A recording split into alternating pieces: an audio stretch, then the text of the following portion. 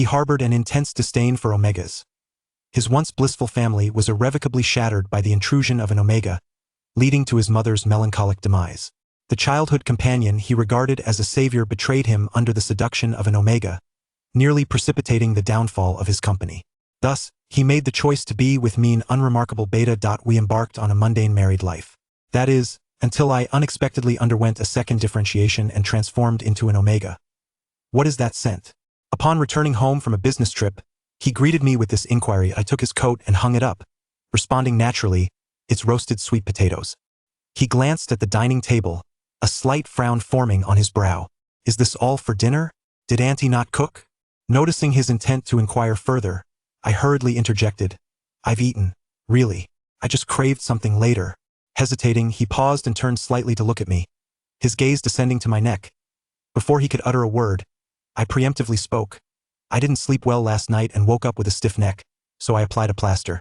"Is it still painful?" "It's just a minor issue. I'm nearly recovered." He nodded, his mouth opening as if to say something, yet he ultimately fell silent, pursing his lips. Eager to shift the conversation, I asked, "Would you like a late-night snack?" "No, thank you," he replied curtly, then paused, adding, "If you wish to eat, have the kitchen prepare something. But don't indulge too much, it may be hard to digest." "Excellent." I successfully diverted his attention.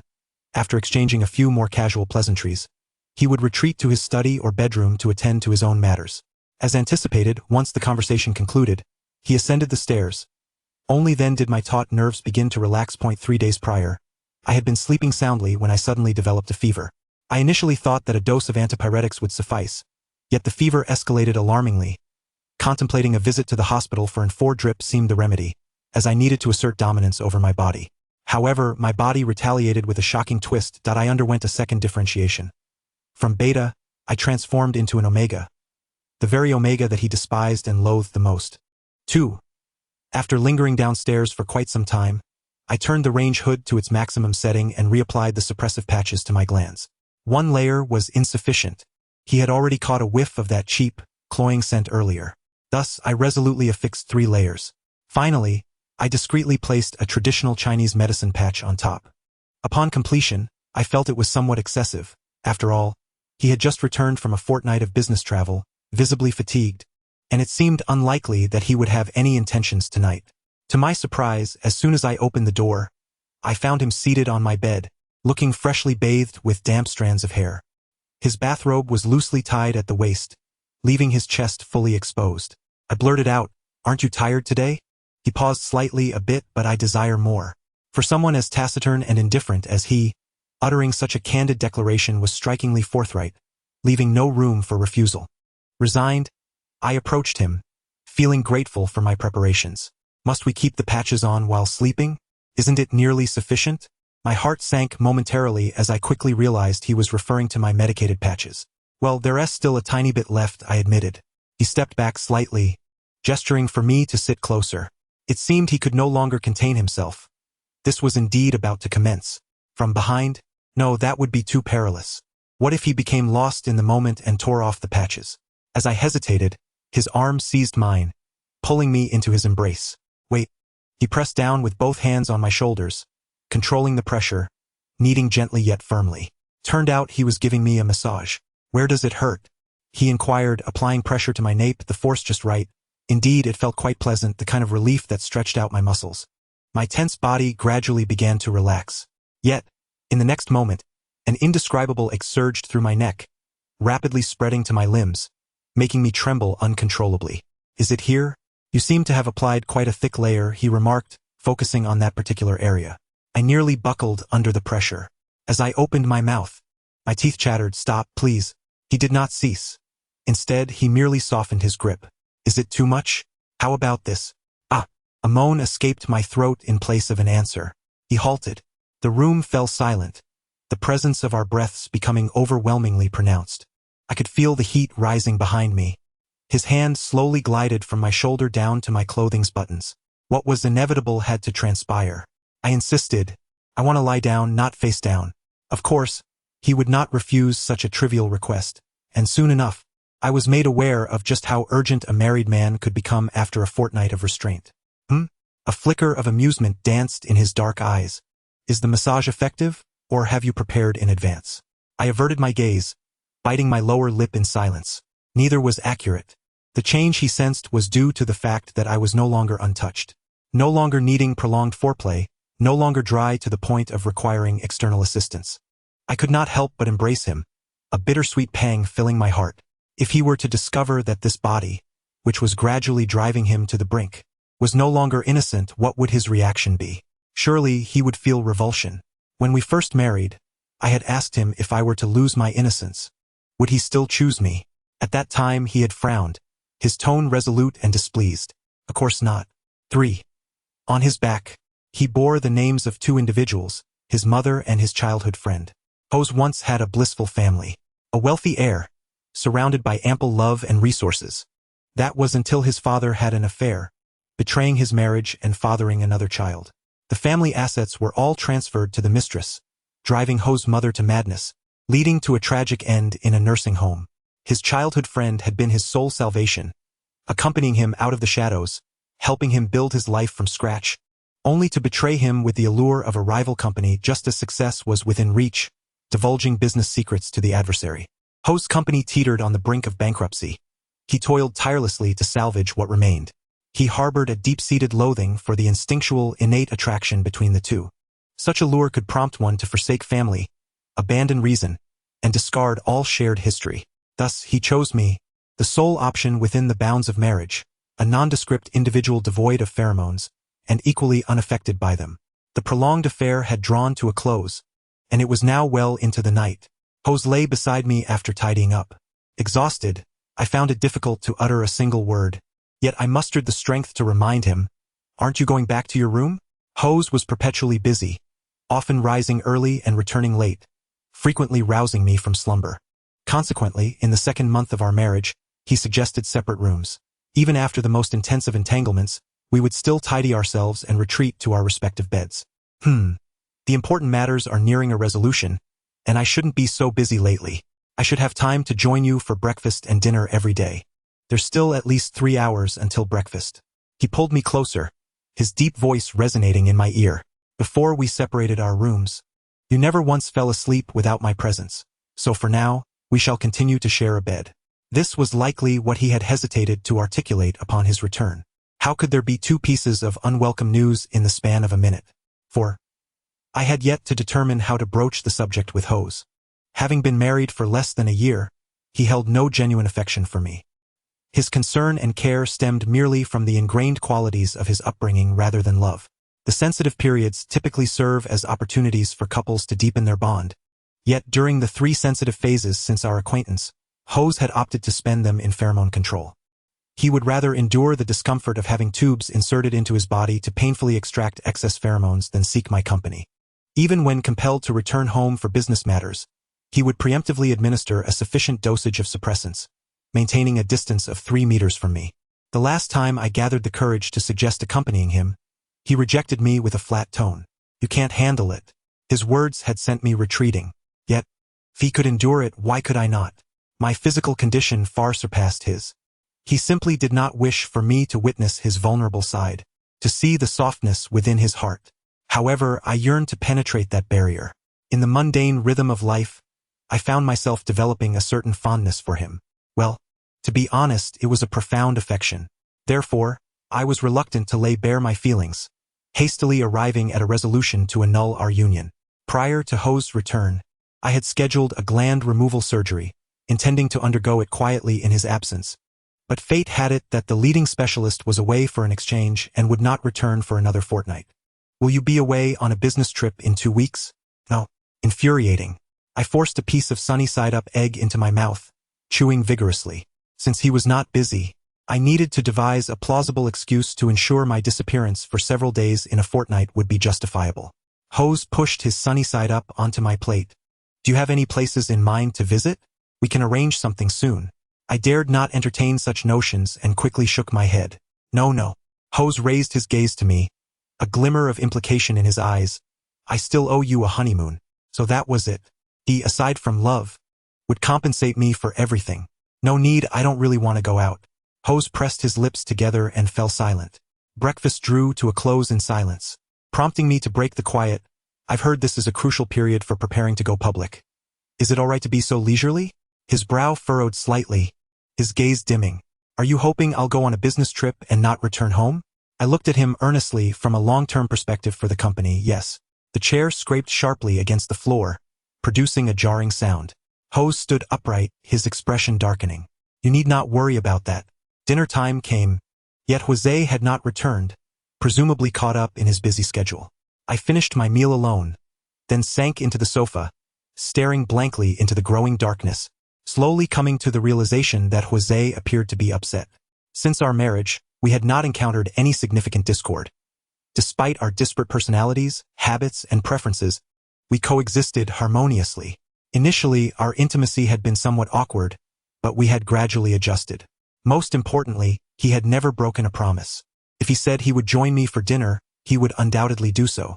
His silence this evening could only mean he was displeased. Reflecting on our earlier conversation, I recognized that I had indeed come across as somewhat overbearing and presumptuous. Had he misconstrued my words as a challenge to his professional competence? That would be a colossal misunderstanding.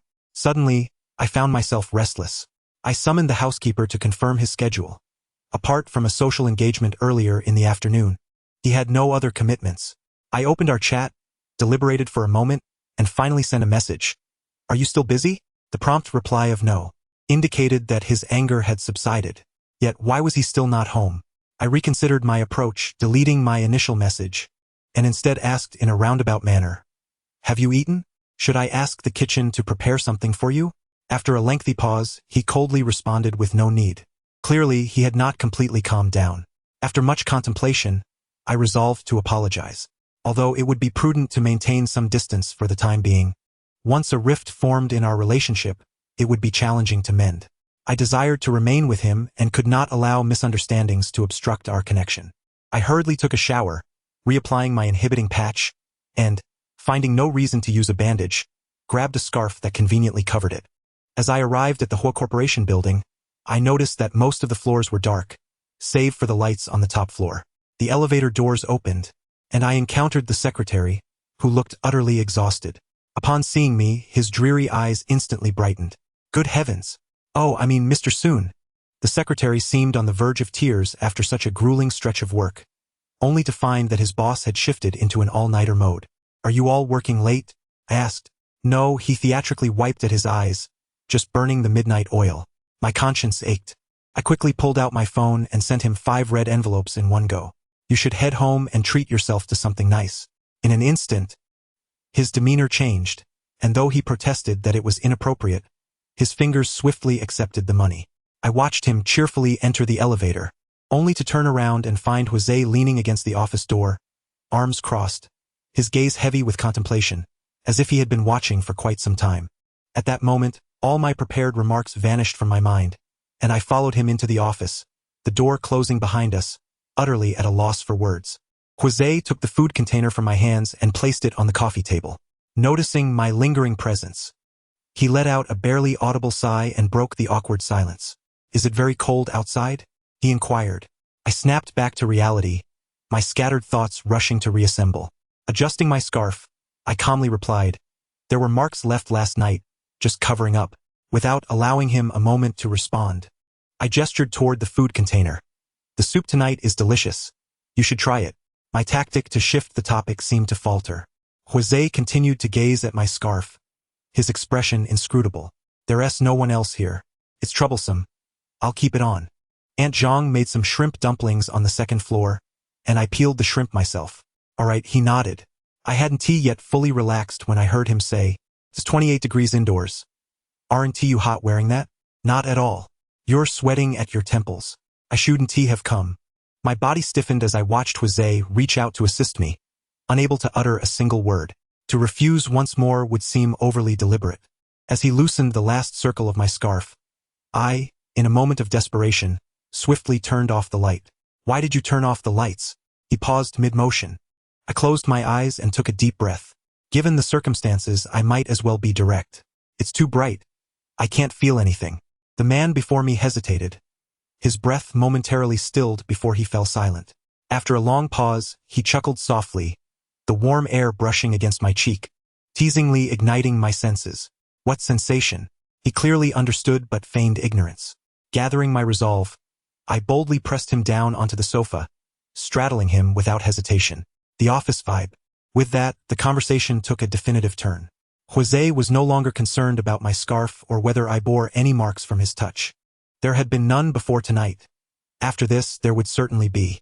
The glow from the neighboring building filtered through the floor-to-ceiling windows, and though he appeared impeccably dressed in a sharp collar and a meticulously tied bow tie, beneath the second button of his shirt lay a different, more enticing scene. I could see his Adam's apple slowly moving in the interplay of light and shadow. "You're being quite forward for the first time," he remarked, his tone noticeably lighter and laced with amusement. "Next time, just let me know beforehand, and I'll send everyone away. You won't have to go to such lengths." It seemed he had misinterpreted my intentions once again. But perhaps it was better this way. He seemed to enjoy my assertiveness, even while he gradually reclaimed his sense of control. Seizing the moment while my rationality still lingered, I quickly spoke up. "Jose, what I said this morning had no other meaning. Please don't stay angry, all right?" Jose lifted his gaze from my chest, breathing softly, and simply replied, "Okay. I also want to apologize for my harsh words." Hearing him say this lifted a weight from my heart, leaving a sweet sensation in its wake. Yet, it was not yet time to relax. I wrapped my arms around his neck and leaned in for a kiss. "The sofa is too small.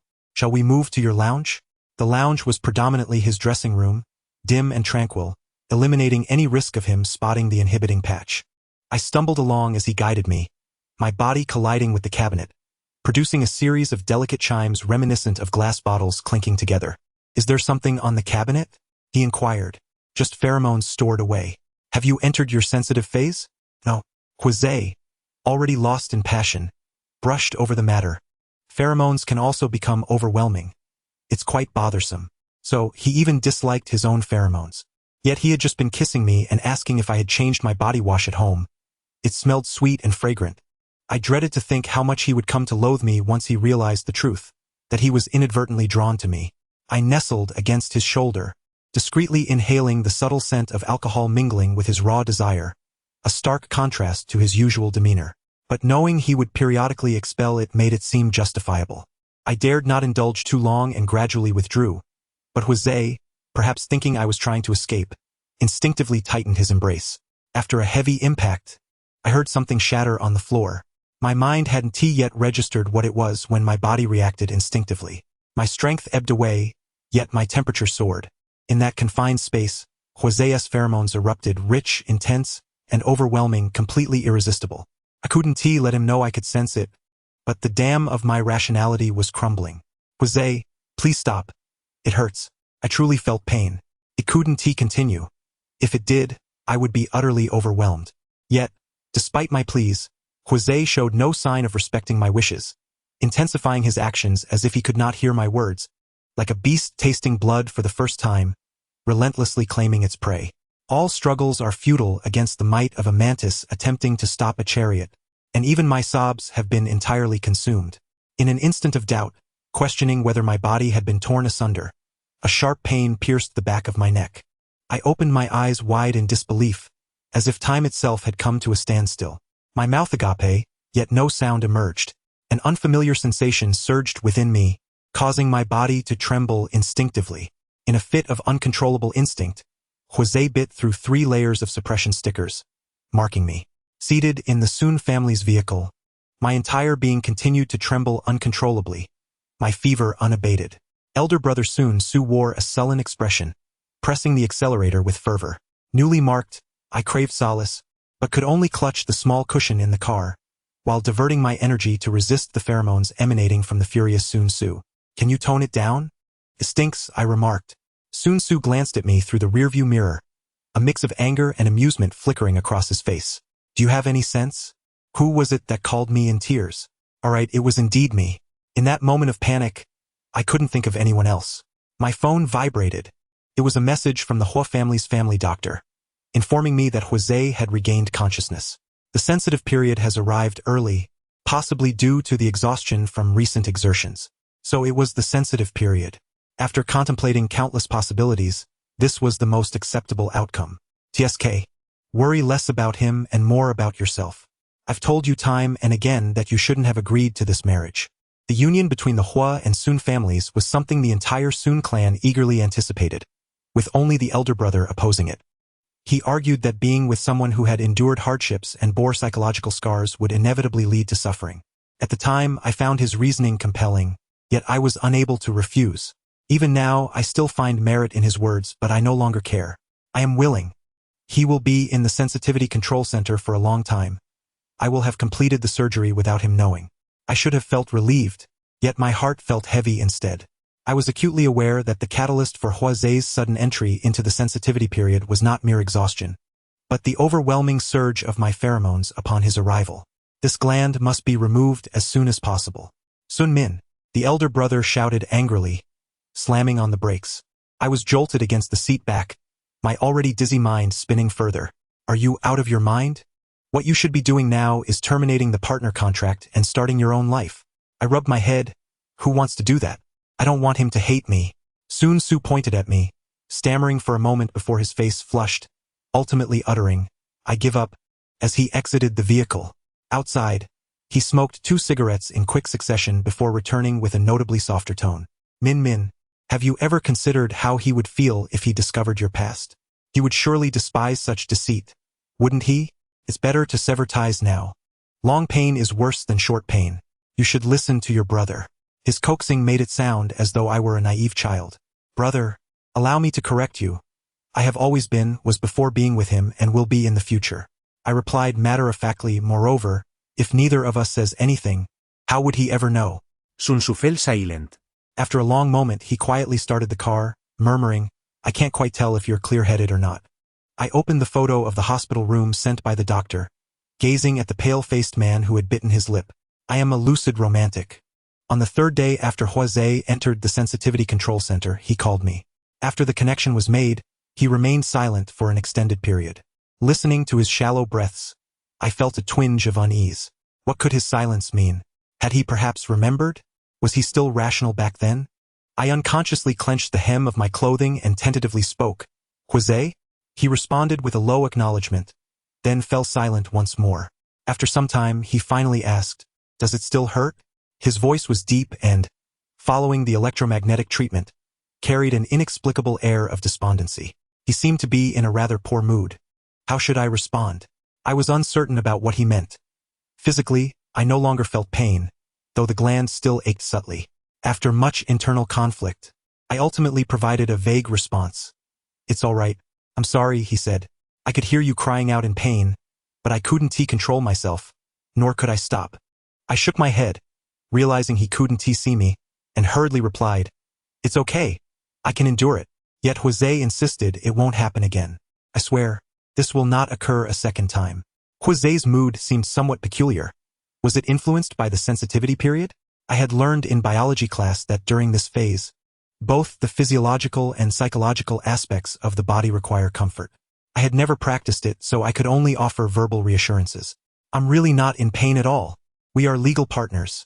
There's no need to be so formal with me. Even if the adjustment period is lengthy, it's no problem. I will be here for you. With an abundance of vitality, my words aimed to alleviate his mental burden. However, Huazei let out a muffled groan of distress and abruptly ended the call. I lingered in the busy tone for quite some time, struggling to suppress the bitter emotions that threatened to undermine my resolve, before pressing redial. No one answered. Fearing I might disturb him, I confirmed with the doctor that he was fine and quietly put my phone away.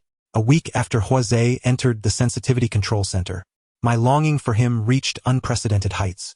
It felt as though thousands of ants were crawling all over me, and I yearned to be tightly embraced by him. Perhaps this was the power of being marked. My body had recovered sufficiently, so I returned to the Hua residence. Upon entering, I headed straight for his room. The minimalist, cool color palette resonated with his own temperament. With no time to admire the surroundings, I flung open the wardrobe and dove inside. Taking a deep breath, I was met only with the scent of wooden fragranced perfume, leaving me feeling somewhat disheartened.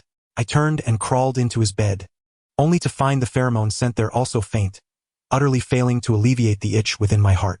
After lying there in confusion for a while, I suddenly remembered that since Huazei was accustomed to maintaining his pheromones at a very low level, There should be extraction equipment and the pheromones he had extracted at home. My mind, completely overtaken by this desire, could not help but reach for his belongings, even though I knew it was inappropriate.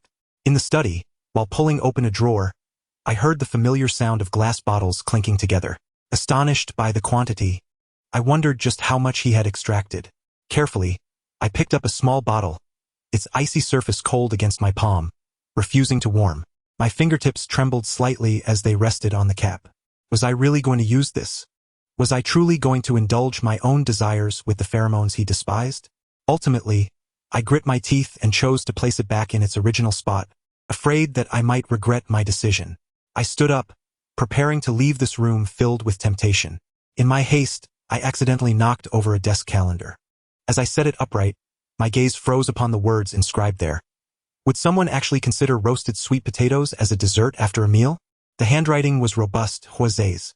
Flipping back through the pages, amidst the usual business notes, I found many trivialities concerning me. Fond of peeling shrimp, cannot comprehend. Spent half an hour on the same travel guide, surely wanting to go. Sleep is light, just a gentle touch on the head wakes me. The most distant entry was from 6 months ago. Very ceremonial, enjoys celebrating anniversaries unlike me. I remembered that day vividly. It marked our 99th day together, and I had enthusiastically prepared a dinner just for the two of us, yet he had completely forgotten.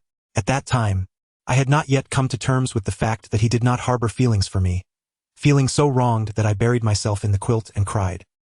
He said nothing, merely cleared his schedule the next day to accompany me to a restaurant I had long wished to visit. The inscriptions appear to lack deliberate intent. Rather, they seem to be the result of a momentary lapse in focus during work, casually jotted down. Even such spontaneous musings are difficult to dismiss, provoking a cascade of thoughts. Does he truly care for me? A sense of uncertainty envelopes me, igniting a flicker of hope that I dare not fully embrace. I message my elder brother.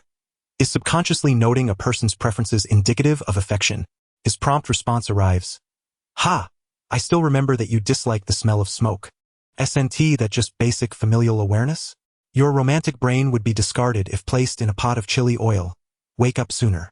I find myself at a loss for a rebuttal. The feeble spark of hope I had just kindled swiftly extinguishes, leaving my heart to plummet silently. Suddenly, I comprehend why José abruptly hung up the phone when I emphasized the term legitimate partner.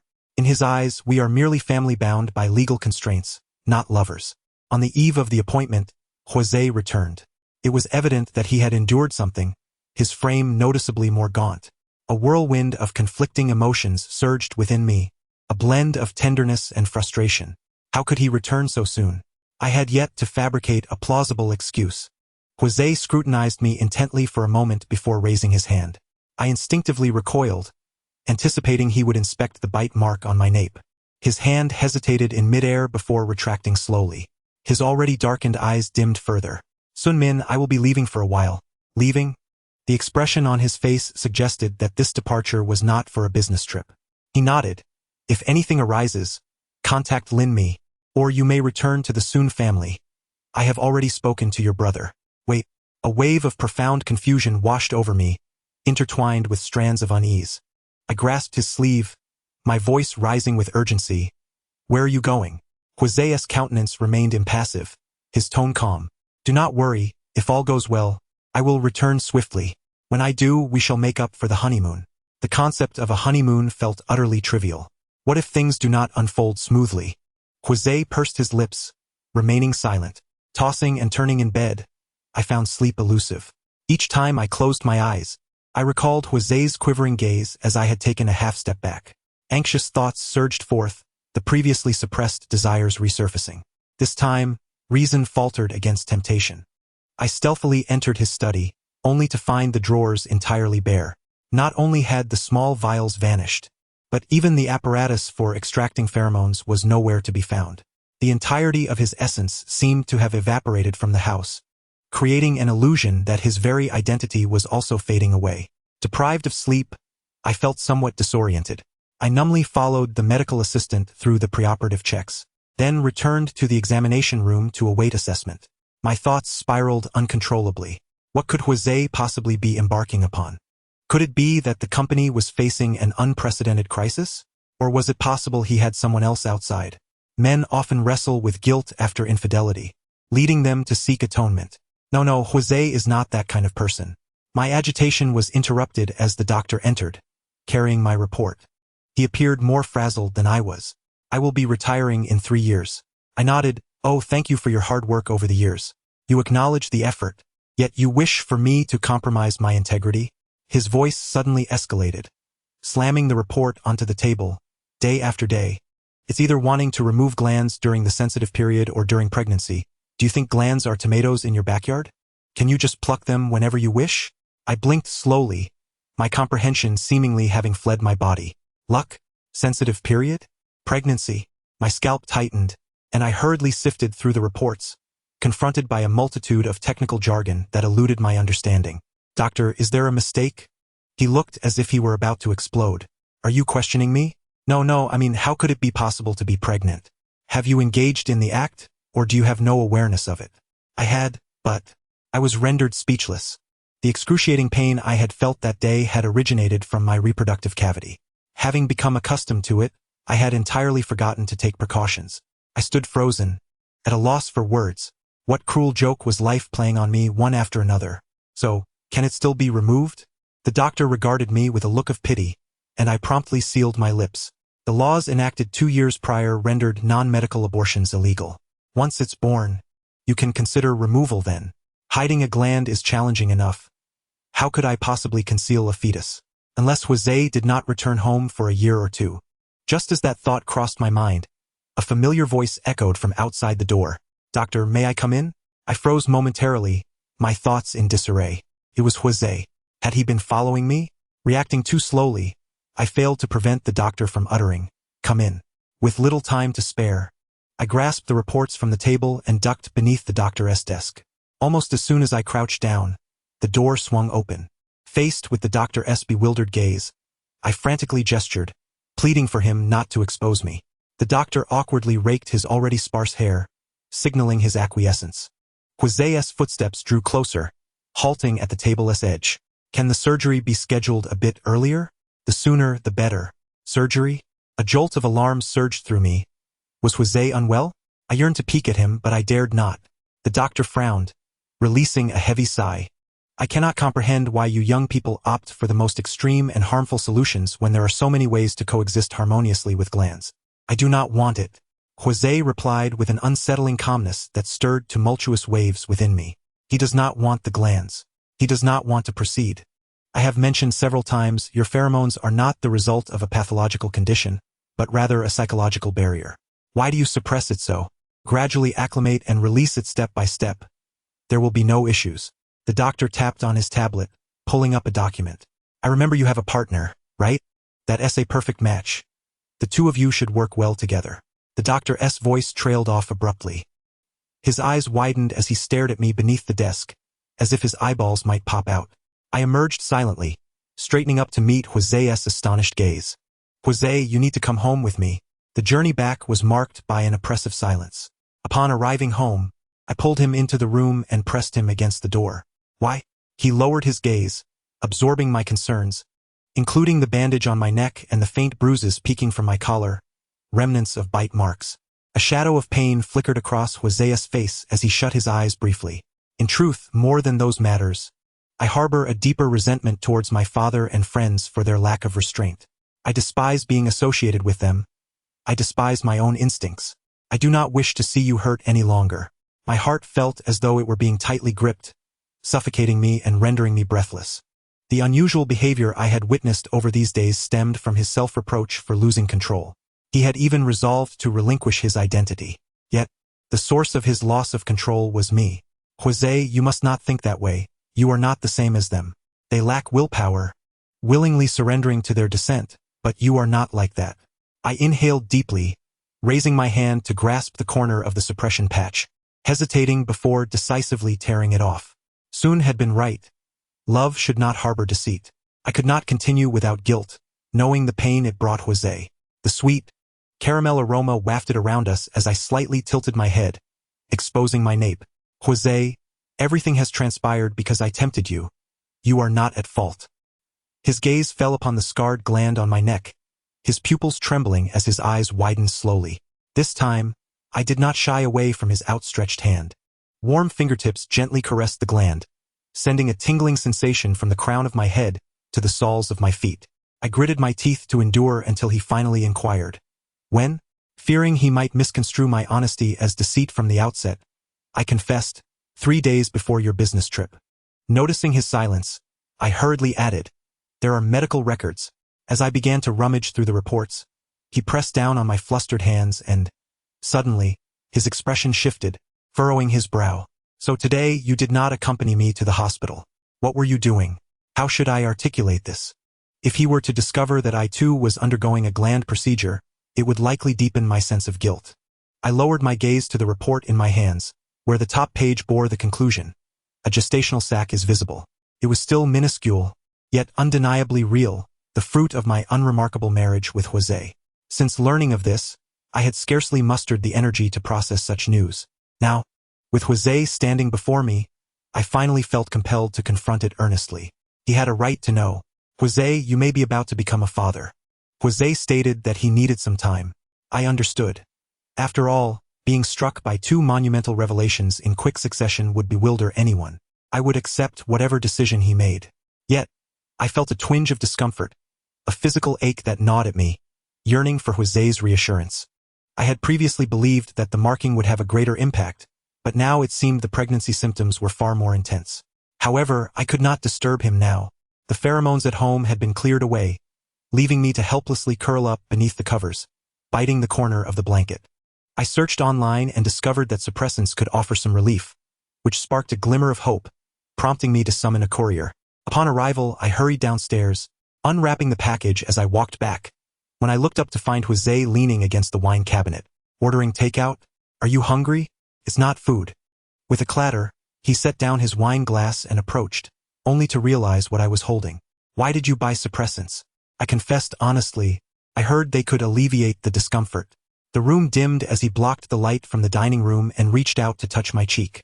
Where does it hurt? We should call a doctor.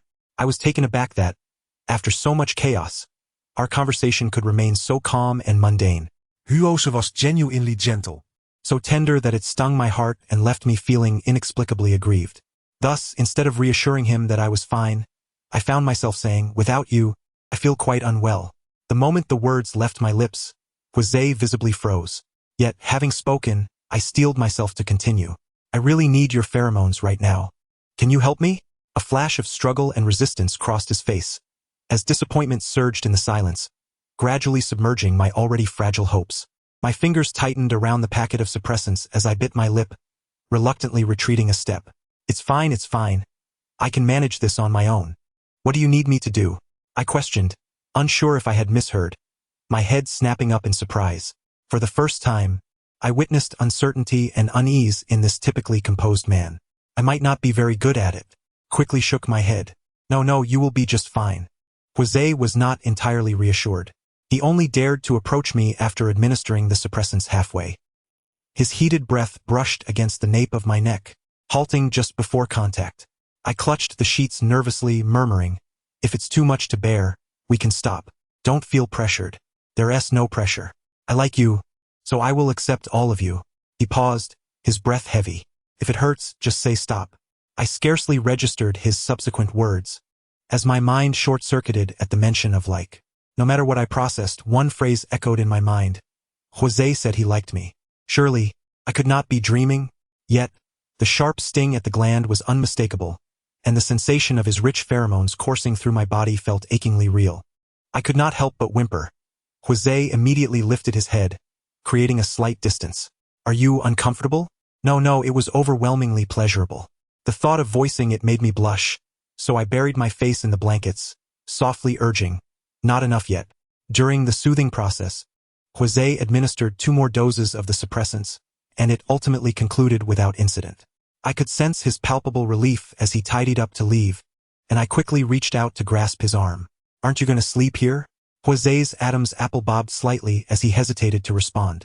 I looked at him imploringly. If you're not here, I might wake up with a stiff neck. Humans, it seems, are always prone to becoming spoiled once they realize they are favored. Jose pulled back the covers and lay down beside me again, hesitating only for a moment before enveloping me in his arms. You don't actually like sweet potatoes. And indeed, I had not woken with a stiff neck. He saw through my previous lie yet still chose to hold me close. His answer was clear without the need for further words. Jose, starting tomorrow, can we reduce the suppressants by 1 each day until I no longer need them? His deep voice resonated in my ear. I will try my best. Only try? I grasped his hand and placed it on my still flat abdomen. Tell me, could the suppressants have side effects that might indirectly affect me and this little one here? They could. As he spoke, his hand suddenly slid downward. I grew alert. What are you doing? Jose leaned closer and gently nipped my earlobe. I suddenly feel that I didn't perform well enough earlier. The end of the text. Thank you for listening. If you enjoyed it, feel free to subscribe and like to show your support. Until we meet again in the next story.